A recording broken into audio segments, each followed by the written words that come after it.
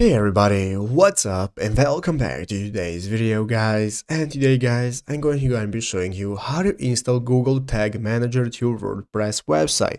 This is a very simple thing to do, so make sure to watch this quick and easy video till the very end and follow my steps correctly so you can make sure this works the same for you and you can do this yourself. But yeah guys, let's get straight into it.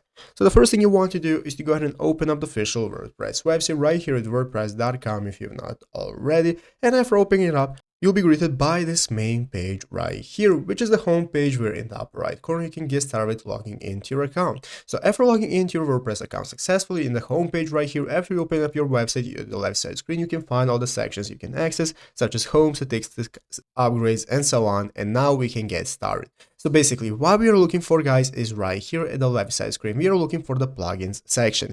You want to open up plugins. Click plugins right here. After clicking plugins, this is now going to open up this new plugin store where we can take a look at all the plugins we can get started with using for our WordPress website. So here, as you can see at the top of the screen, we're going to have a search bar that we can use for searching Google Analytics. So you want to go search for Google Analytics, and this is now going to go ahead and give us a result of applications right here. So you have Google Analytics for WooCommerce and so on. Basically, it's going to enable you to connect Google Analytics to your WordPress website.